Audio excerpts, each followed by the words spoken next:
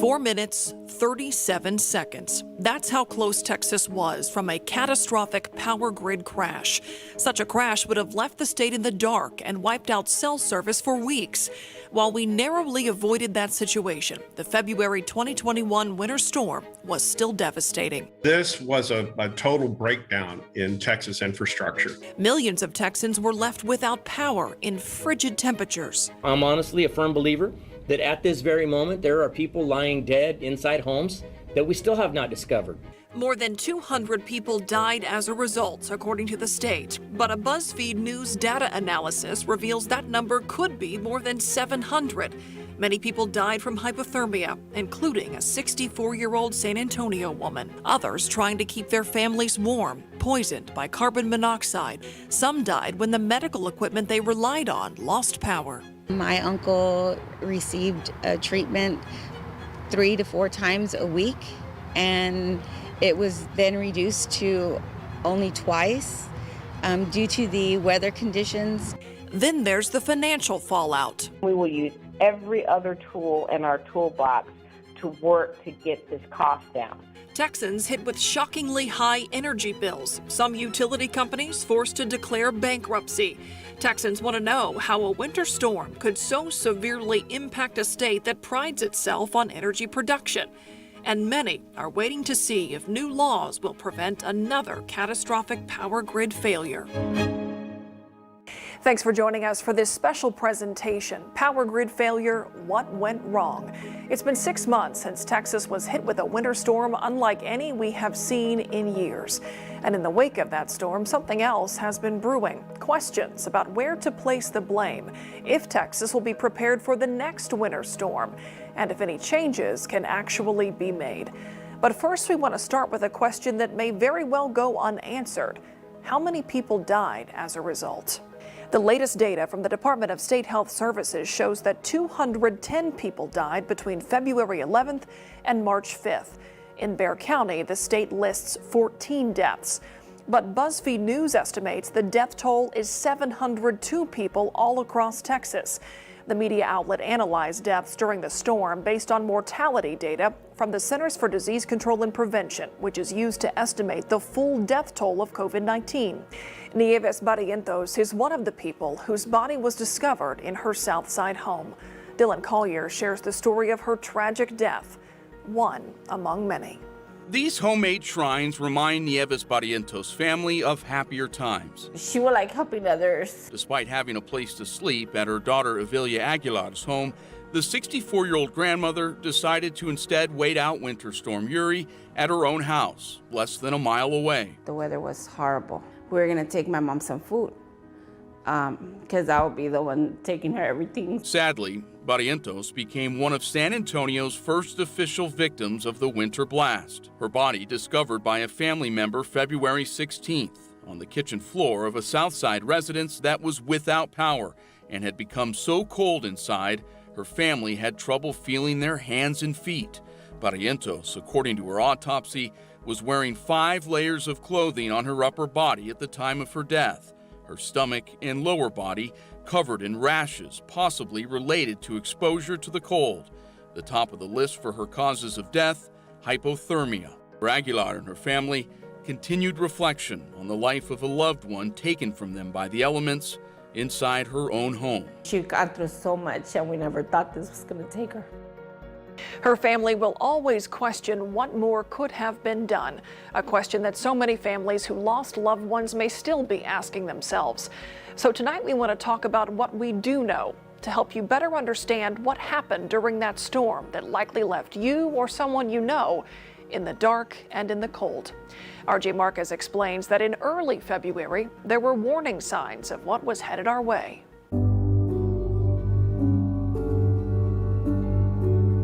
It started here. It's really going to, I think, start spilling down the plains as we get into next week. And the question is, will some of that cold air make it all the way down into Texas? Then, days later, the cold air kind of progresses south as we get a little bit closer to the weekend, and we know the weekend will be cold. On February 11th, the Hill Country saw its first batch of freezing rain. We did see some freezing to slightly sub-freezing temperatures in parts of the Hill Country. And late Sunday night, on February 14th, Temperatures continue to drop and heavy snow starts falling in San Antonio. Families across the city stepped outside to watch the rare South Texas snowfall, unaware that this was the start of a catastrophic weather event for the entire state. This is real snow. Sunday night and there is snow. Beautiful. It reminds me of Colorado. When Texans woke up the next morning, millions found themselves without power, including hundreds of thousands in San Antonio. That's because in the early hours of February 15th, as temperatures reached record lows, the Electric Reliability Council of Texas, or ERCOT, announced record-breaking electric demand. And while more people were cranking their heaters, the cold weather was also leading to problems with energy generators. Some of them shut down because they were overloaded, or pump or compressors froze up, or some other thing happened. Some of the fields that supply the gas, the equipment that's necessary to get the gas into the pipelines and pressurize it, froze up. There are various things that happened which limited the supply of gas at the same time we needed it most. The problem impacted all types of energy. ERCOT ended up losing more than 40% of its generation capacity during the height of the outages. We had a crisis situation, and ERCOT has to make those adjustments. Once they ran out of generation to bring online, the only choice they had was to cut off some of the load. So as most Texans slept, ERCOT instructed energy providers like CPS Energy here in San Antonio to begin rolling blackouts to protect the state's power grid. Just as some generation becomes unavailable, everybody's getting up in their homes and flipping the heat on. And just as you would have with, adding that extra string of lights to your Christmas tree, something's going to blow. That Monday afternoon, CPS Energy says the utility circuits would continue to have rotating outages for at least another 48 hours. But it soon became clear that these weren't so much rolling blackouts as they were prolonged outages. Some people didn't lose power at all, while others would end up losing it for days. And the idea is you cut them off 30 minutes here, and then cut them back on, cut them off 30 minutes over here, and cut it back on and come over here. Problem with that is that didn't produce enough demand reduction across the whole state for it to work. So some of the utilities had to just cut off some circuits completely. These outages were only supposed to apply to 2/3 of the grid. The other third was supposed to stay online continually because it was on an essential circuit like a hospital or a police station.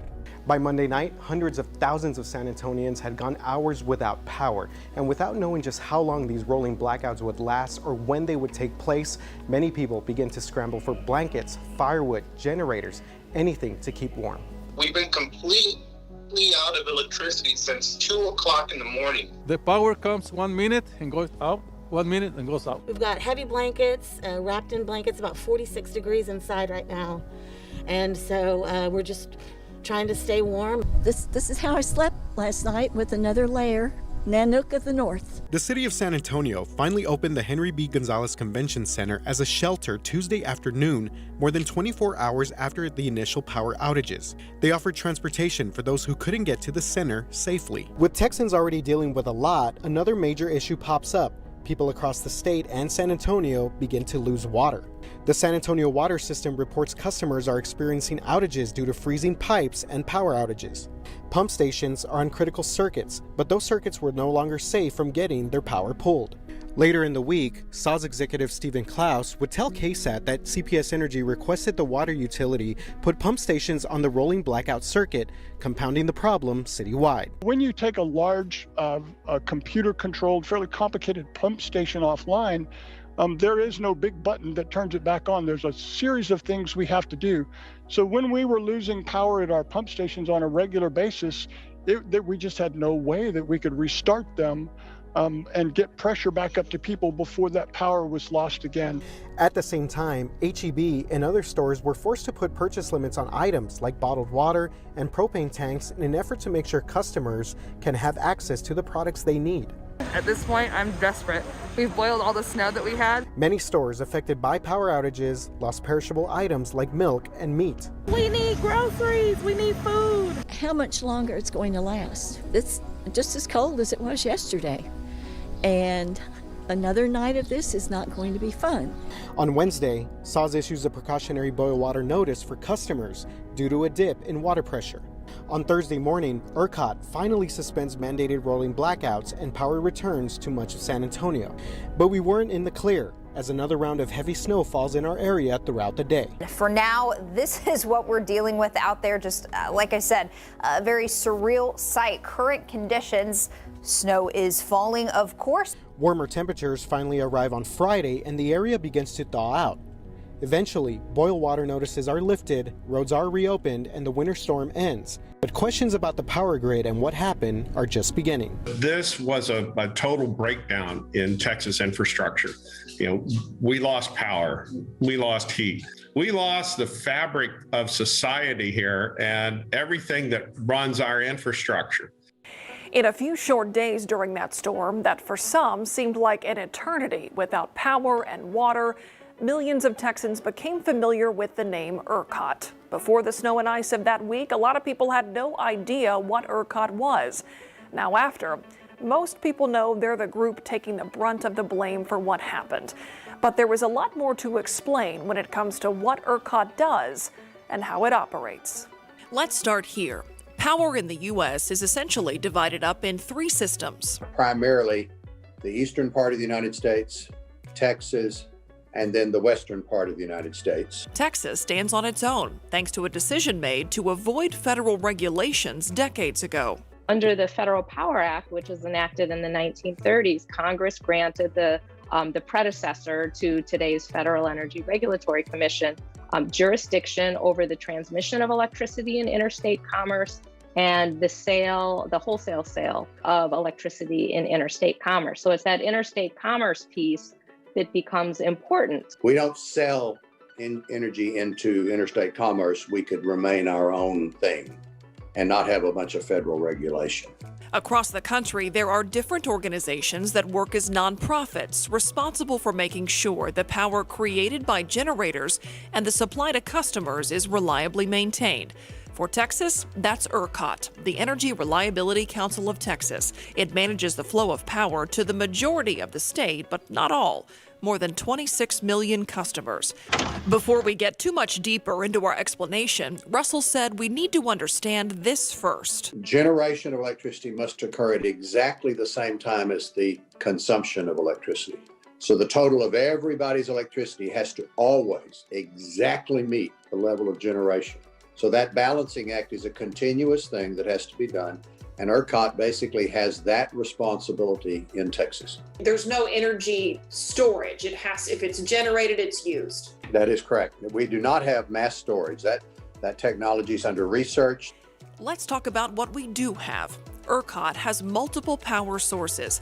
According to the Texas Comptroller's Office, in 2019, nearly half of the power available on the state grid was fueled by natural gas, followed by coal, wind, nuclear, and a teeny bit of solar. The state doesn't own the generation, right? Important. ERCOT owns no generation. They're just a broker.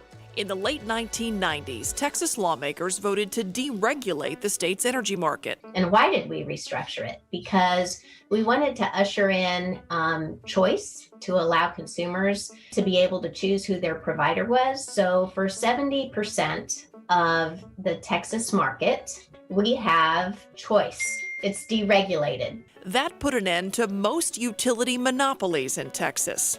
If you're thinking that you live in San Antonio and you only have one power provider choice, there's a reason why. We'll take a deeper dive after the break.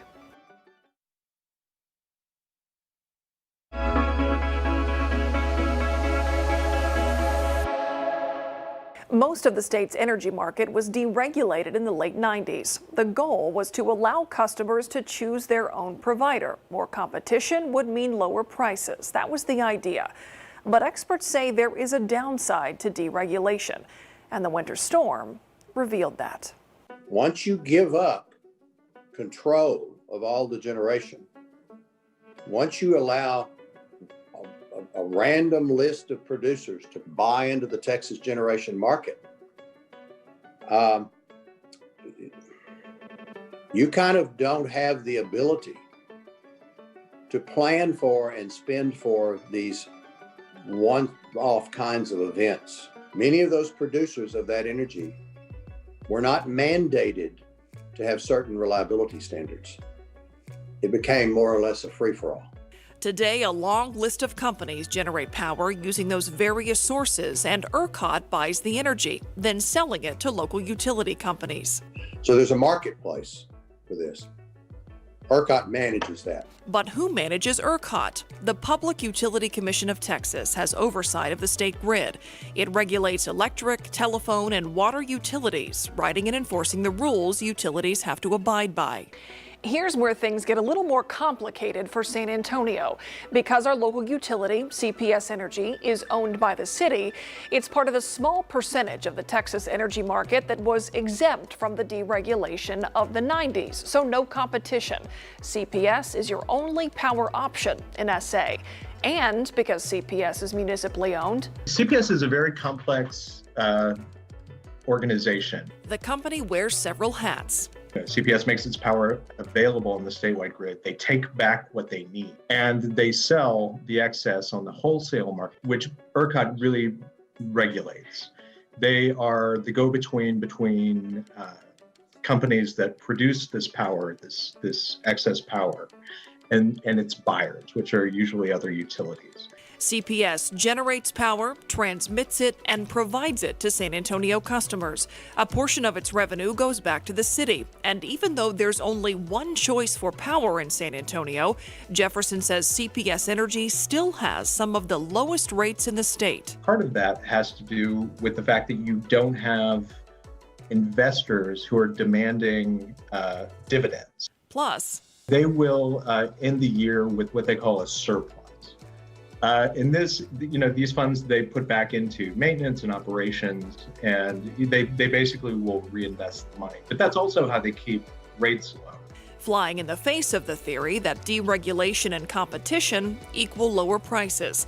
And when it comes to price, ERCOT sets prices for energy available on the grid, prices that are subject to change during emergencies, like during the February winter storm, when ERCOT charged the maximum amount allowed for wholesale electricity, $9,000 per megawatt hour. Before the storm, prices were less than $50 per megawatt hour. ERCOT also has the authority to require utility companies to carry out rolling outages during emergencies.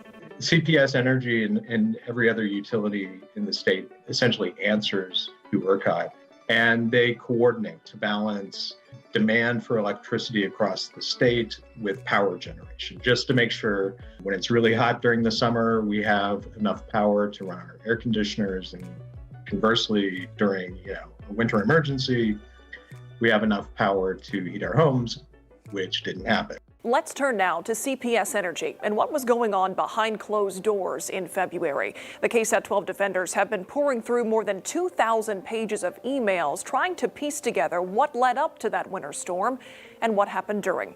Our Dylan Collier joins us now to tell us what you've uncovered. And Myra, those emails reveal a muddled response to the deadly storm. On day 3 of February's bitter freeze, senior CPS leaders spent several hours drafting a letter in support of its president and CEO. We also spoke to a number of energy experts about CPS's preparations in the days before the storm. They said the utility was caught flat-footed and did not do enough to prepare for the storm for themselves or for the city.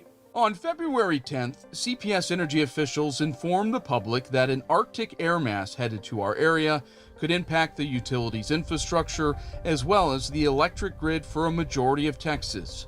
But with the price of natural gas increasing but not yet spiking, CPS records show that same day its units of gas purchased actually went down. Multiple energy experts who spoke both on and off the record with the defenders said CPS was caught exposed, both in its long-term projections for how much fuel could be needed to heat homes and provide power to its plants, and in its energy preparations days ahead of the storm. Well, certainly there are a number of utilities and retail electricity providers that were not appropriately hedged. Ed Hurst is the energy fellow at the University of Houston. He says you can add CPS to the list of energy companies that failed to undertake appropriate risk management. Oh, absolutely. They were caught flat-footed. I'm sure they didn't expect the market to go this way, but it did. Were there protections that could have ameliorated this exposure?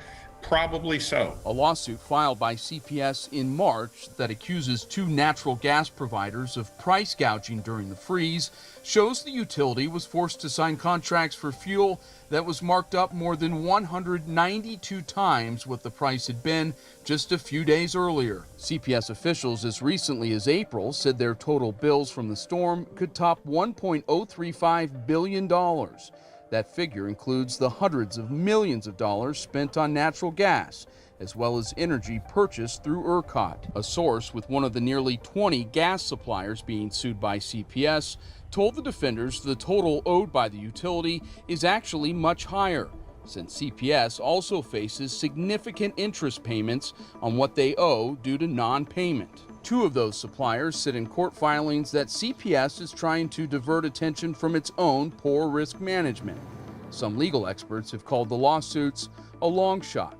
In May, CPS Energy CEO and President Paula Gold-Williams defended the lawsuits, saying the goal is to prevent those bills from being passed on to customers. We want them to know the fight is for them.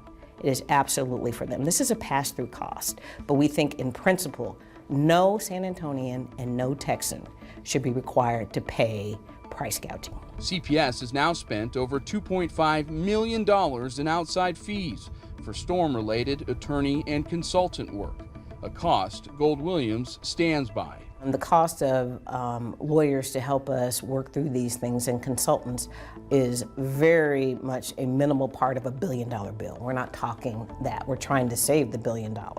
So you have to have people help you fight. And even though it may be a difficult court suit, just because it is, it doesn't mean we shouldn't fight. The $1 billion bill, a nightmare scenario for the finances of a power company intensified by Texas's over-reliance on natural gas. That's according to Arash Asrari, assistant professor of engineering at Southern Illinois University Carbondale. The reserve power is expensive, specifically when we rely on the natural gas. Compare CPS's dilemma to what happened to the city of Austin's public utility. According to early estimates, Austin Energy actually made more than $50 million during the storm by selling excess power. Gold-Williams attributed the discrepancy of hundreds of millions of bucks to CPS's size and Austin's smaller customer base. Our community consumes much more in terms of the commodity of fuel as well as the power. Lots of people made money. Lots of people lost money. I'm afraid the consumer, also known as the taxpayer in this state, is on the hook for billions of dollars. Emails, which were handed over following a records request by the defenders, show that while their customers were suffering in the cold, some CPS officials were worried about something else, polishing and improving the image of their president and CEO. It was going to be used for firewood. On the third day of February's bitter freeze, still without power, Raul Villarreal took his wooden bed frame and chopped it to pieces so he could heat his home and keep his children and mother safe. That was the last resort. Internal CPS Energy records from that same day, February 17th, show that Gold-Williams and members of her senior leadership team were busy drafting a message in support of, well, her, touting her zest for the job and leadership. The letter was to be signed by board chair Dr. Willis Mackey and then released to the public. And who was driving this publicity bonanza?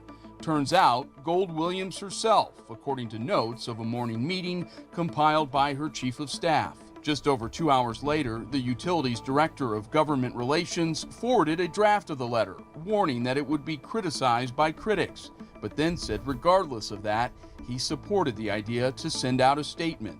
Just before noon, Gold-Williams forwarded a version that included her comments, the body of the note describing her as, quote, passionate about serving our community, as are her hardworking leadership team members. A half hour later, CPS's Senior Director of Corporate Communications, Melissa Sorolla, included an edit, and then a half hour after that, now past 1 p.m., Chief of Staff Loretta Kerner added a change. Officials confirmed the letter was never sent, telling us they instead relied on other methods during the storm, like media briefings to talk to the public. But the issue isn't that a letter in support of Gold Williams was written, it's the timing of when they decided to write it, according to CPS Energy trustee and San Antonio Mayor Ron Nirenberg. We'll acknowledge that there was probably morale issues happening that this was supposed to buoy, but it's certainly not the right time to be doing that. Even though the message states Mackey and his fellow board members are very supportive of Gold Williams and her team, Nirenberg confirms he was not consulted on the drafting of it, which took place while hundreds of thousands of CPS customers were without power. Our focus as a city and my focus as mayor during a crisis is to zero in on the work that needs to get done.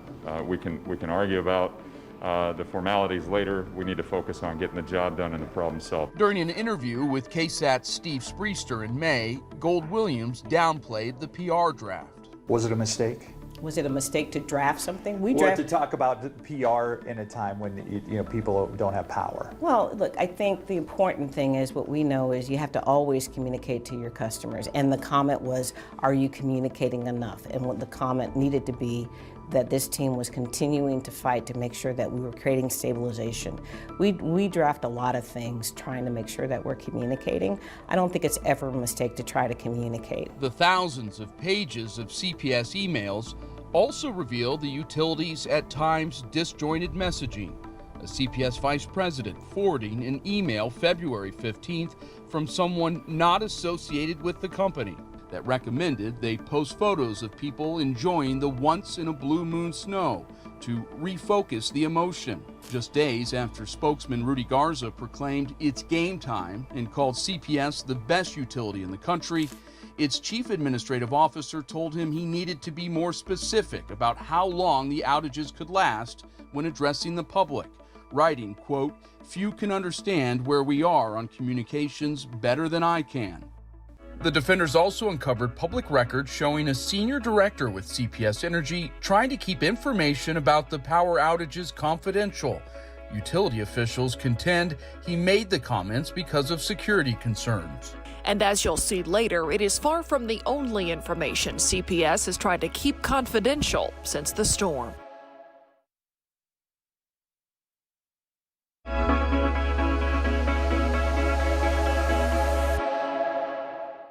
CPS Energy faced criticism from not only its own customers, but also from its own employees. The defenders obtained internal records that showed members of its senior legal team lodged complaints against its president and CEO in the weeks before they resigned. Attorneys for the beleaguered company now believe those complaints are confidential and should remain out of public view.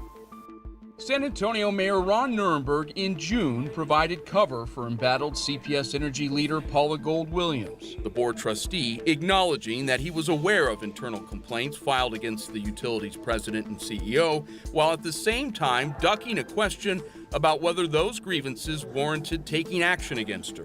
I'm not going to get into personnel issues. Earlier this summer, Chief Legal Officer Carolyn Shellman and her Deputy General Counsels, Zandra Pullis and Abigail Ottmers, all resigned, a combined 88 years of legal experience that walked out the door after a reported dispute over CPS's legal strategy following February's deadly winter storm. CPS has already spent millions on outside legal fees as they try and dig out from a billion-dollar financial hole blamed on the winter blast. Days after utility officials said there were two sides to every story, Gold Williams refused to give hers. What were the substance of the complaints filed against you by members of your senior legal team before they resigned? And why won't you talk about it publicly? Because it is internal personnel matters. We wish them the very best. They made their decisions, and we are focused now on the storm. And while CPS officials, without delay, provided us records showing Pullis and Ottmers were paid out a combined $146,000 in accrued leave and benefits, money earned during their tenures, the utility has not been forthcoming about what they said on their way out, telling the state attorney general the information is confidential. State officials will eventually make the determination on whether that's the case. Shellman, Pullis, and Ottmers have all not responded to requests from the defenders about their reasons for leaving CPS Energy. And our defenders' investigation uncovered other serious issues. As that historic winter storm bore down on Texas last February, many of the state's largest energy providers leaned on their own meteorologists for an outlook on how bad it would be. Gold Williams, meanwhile, said that she thought the extreme weather would be gone days before it actually departed. The thought was that Monday would be the worst day, and that potentially by Tuesday we would be coming out of it. But of course, we all know that that is not the case. Our investigation found here in San Antonio, CPS Energy's level of forecasting is simply not on the same level as other major utilities.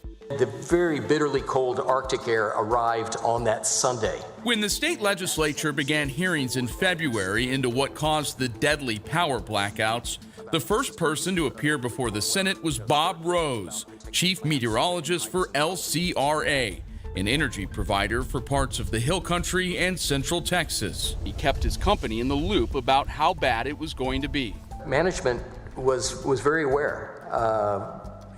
I communicated through email to a large segment of our organization. According to public records, Rose has more than 40 years' experience in meteorology. Hey everyone, meteorologist Jen Myers here. Jen Myers, meteorologist for Encore, which provides energy to the Dallas-Fort Worth Metroplex and some of West Texas, has over a decade in that field.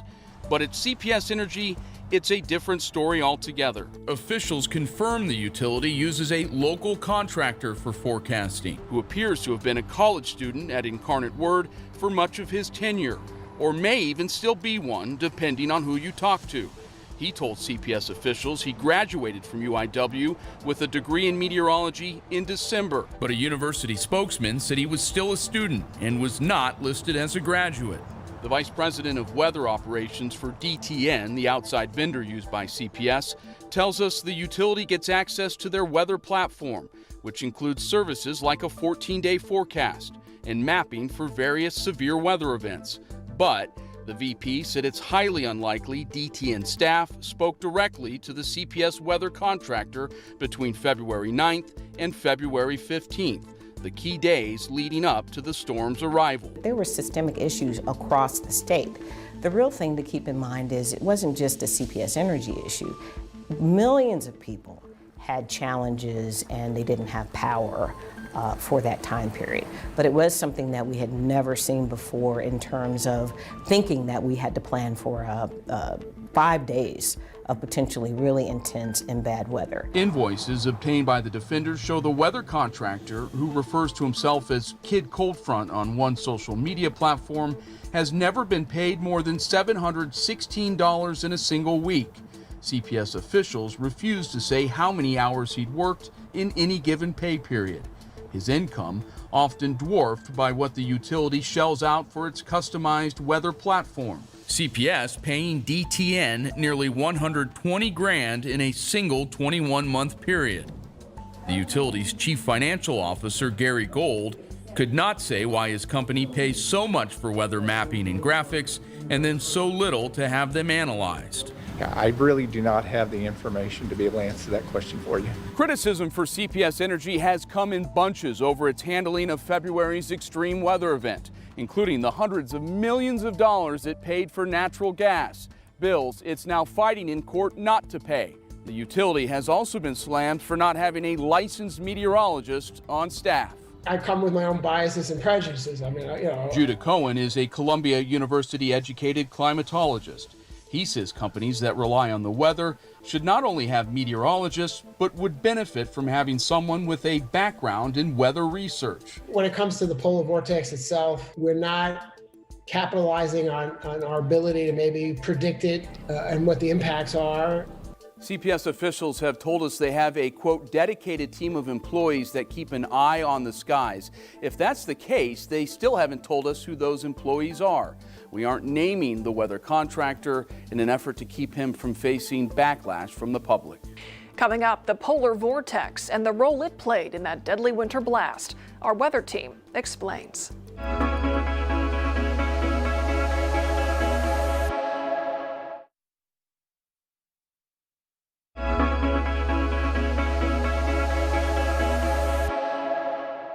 We know that this winter storm had disastrous consequences that few of us have seen before. It felt unprecedented, a word that official after official has used to describe it.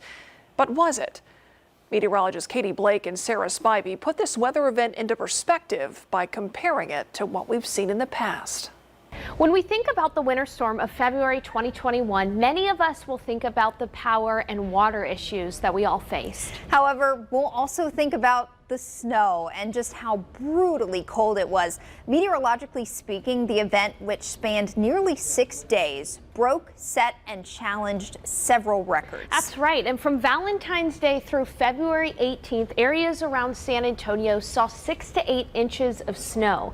The official 6.4 inches at San Antonio International Airport made the 2020 to 2021 winter the third snowiest of all. And it wasn't just the Alamo City that saw snow records. An impressive 11.2 inches of snow fell in Del Rio. That is their highest one-day snowfall ever on record. Now, as far as temperatures go, it did get as cold as 9 degrees Fahrenheit in San Antonio on the morning of February 15th. That's tied for the 8th coldest recorded temperature ever in the Alamo City. We also set 5 new record low temperatures in just 1 week, and that includes that 9-degree day. Another notable fact about February's winter storm, it could end up being Texas's costliest weather-related disaster. According to the Texas Tribune, the final tab for the winter storm could rival that of Hurricane Harvey. Hurricane Harvey in 2017 was a nearly $125 billion disaster for the Texas Gulf Coast and parts of southeast Texas. Yeah, the Texas Tribune reports that in the wake of the storm, some things still need to be added up, such as final costs for infrastructure repair all across the state. And that's a key here, all across the state of Texas. There's not really a part of the Lone Star State that wasn't affected by the winter weather in some way. And that could end up being the difference when comparing this disaster to Hurricane Harvey. Harvey affected a certain region of Texas. The winter storm affected the whole state. In the weeks that followed the winter weather, some of the many questions asked included, could this happen again? And is this related to climate change? I took these questions and more to climate change expert and Texas A&M professor Andrew Dessler. I started by asking him about the polar vortex, a term that's been thrown around a lot over the past few years, and climate change. Can the winter storm be linked to these two things? Dr. Dessler says that's still up for debate. There is a hypothesis that some scientists are advocating there is a connection, but I think that's still an active area of investigation. They haven't really convinced the scientific community that these are connected. Another reason Dessler was hesitant to directly connect the dots, Texas has dealt with record cold before. If you look at the historical record, we get events like this every decade or two. So we had an event like this in 2011. We had one in 1989, we had one in 1983. So, you know, cold temperatures happen in Texas every decade or two. Is this something people could see maybe again in their lifetime or a couple more times in their lifetime? Yeah, so I think that I would expect these events to happen every 10 or 20 years into the near future. But regardless of whether it's connected to climate change or not, we can expect these events to happen occasionally, and then it just becomes a question of what do we do about it? The answer, Dessler says, lies with the power grid. If we want to avoid these kind of events, the government has to come in and mandate that the grid be hardened against the kinds of power outages that we saw. If you had one thing that you would like people to have learned or take away from that event, what would it be? I think if there's one thing to recognize from this is that Texas is a state where we really believe in doing things ourselves and getting the government out of our lives. But there are certain things, certain problems that only the government can solve. And the Valentine's Day storm showed there's this problem in our energy infrastructure, and there's no way individuals can fix that problem themselves.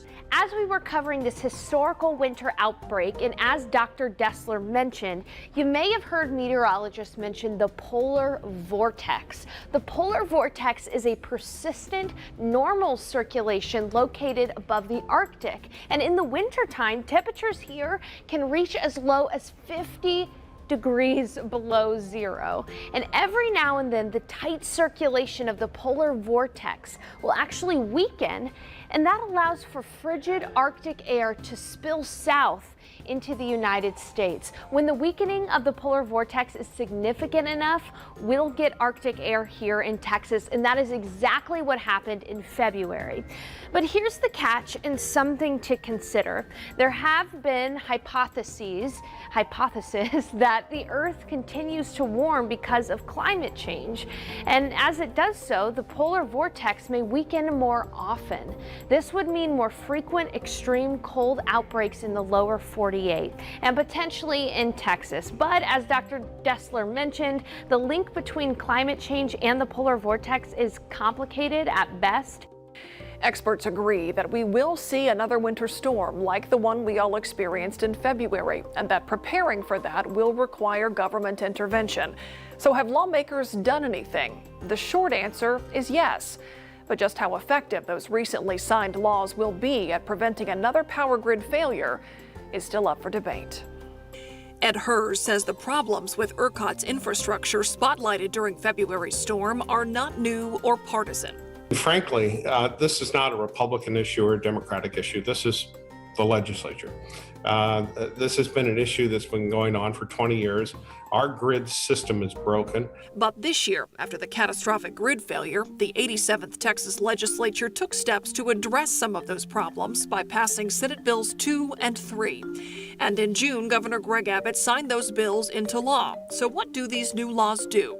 Let's start here with Senate Bill 2. Aaron Douglas, Texas Tribune's environment reporter, explains the new law changes the makeup of ERCOT's board of directors. They took that number from 16 down to 11, and they changed the way that ERCOT appoints those board of directors. Previously, ERCOT's board was appointed in a variety of ways. Some were chosen by a nominating committee. Some were appointed by electricity companies or consumers. What's going to happen now is that lawmakers they really wanted to replace what they consider to be industry insiders with people who are more accountable to their representatives.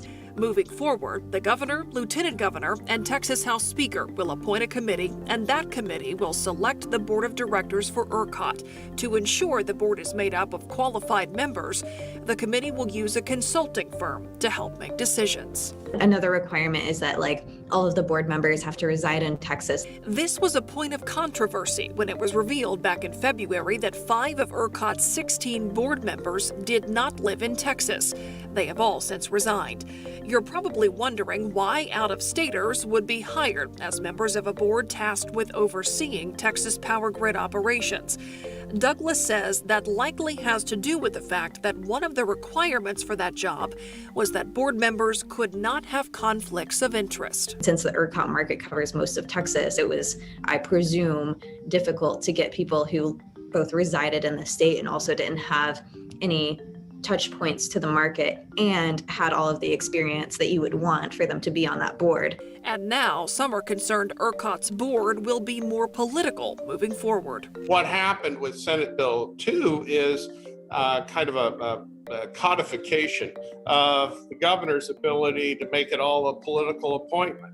Moving along now to SB 3. SB 3 with Senate Bill 2 is kind of a codification of the governor's ability to make it all a political appointment. Moving along now to SB 3. SB 3 is going to require power companies to upgrade their plants to withstand more extreme weather. The biggest and most immediate problem February's winter storm highlighted was equipment failure. Texas power plants were not built to withstand extreme cold. So SB 3 requires power plants and transmission lines to be weather. The PUC is now working on drafting those requirements, and failure to comply could lead to a power company being fined up to $1 million. But even once the new rules are in place, some say there's not enough incentive for companies to comply. It actually pays us not to weatherize the generation units. A power company stands to make billions if some of the grid's power generators go offline in the event of severe cold or heat. Because when demand goes up, so do prices. $1 million fine when somebody's making billions is just a slap on the wrist. Another requirement of SB 3, it orders the creation of a statewide emergency system to alert Texans about severe weather and possible power outages. Overall, the new laws have been met with mixed reviews. Most experts I talk to say that, the SB2 and SB3 are, very key pieces of legislation, but it's, not going to be a all-encompassing solution to the power grid crisis. And the reforms passed could take a while to fully implement. We're not ready for this August. We're not going to be ready for next February. It may take 2 to 3 years for us to get the ERCOT grid up to where it needs to be to keep Mississippi, Alabama, Georgia, Arizona, Tennessee, Missouri, Kansas, Oklahoma from stealing business from Texas. In June, just about 4 months after the February disaster, ERCOT gave Texans another scare. The grid operator asked power customers to conserve energy to avoid the need for rotating outages. We later learned that some power plants unexpectedly went offline, causing the tight grid conditions. During a hearing with state lawmakers, ERCOT's interim president, Brad Jones, said the issues were related to the February freeze. Those rotating outages never happened, but the possibility didn't do any favors for Texans' faith in ERCOT. To help build back trust, ERCOT released a 60-point roadmap this summer, laying out how they plan to improve grid reliability. On that list, requiring CEOs of companies that own or operate power generators to sign a letter twice a year attesting that their companies have weatherized equipment, updating ERCOT's website to improve communications to the public, and reviewing weatherization and emergency operation plans for generation resources. We've mentioned that several board members of ERCOT resigned in the wake of the February grid collapse, but that wasn't the only shakeup for the power grid operator. In March, its CEO, Bill Magnus, was fired. All 3 PUC commissioners resigned. They have all since been replaced.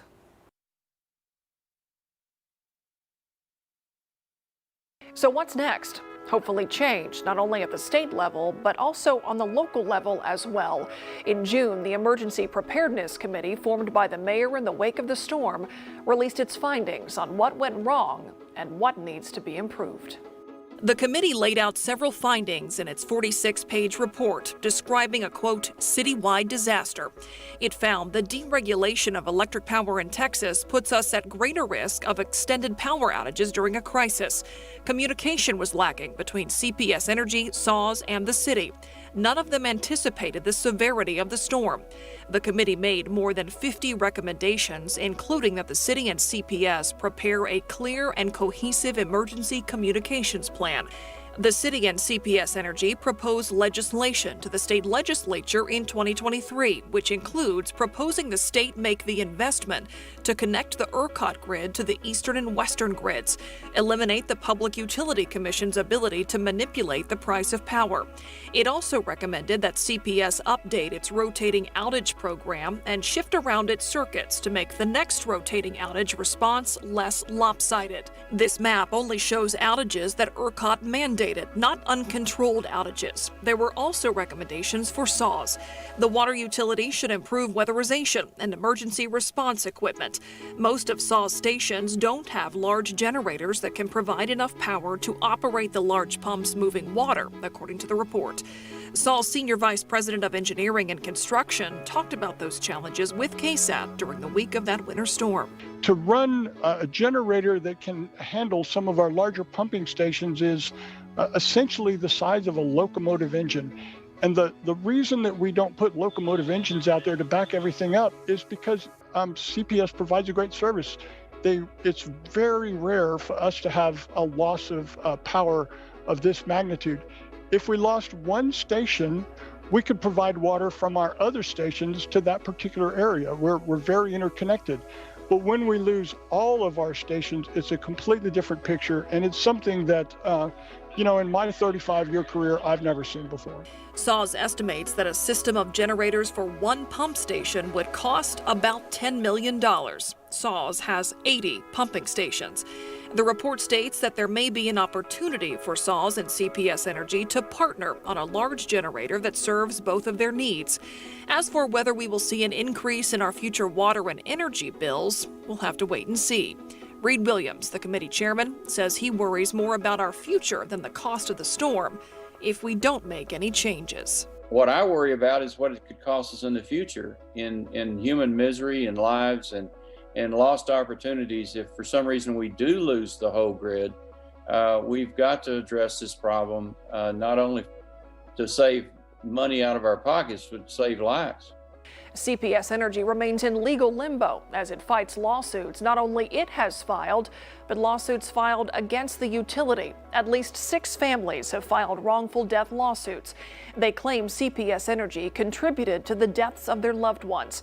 Other power companies and ERCOT also listed as co-defendants in some of those suits. And this is just what we know 6 months out. It may take a while longer to know the full extent of the damage, the cost, and the lives lost.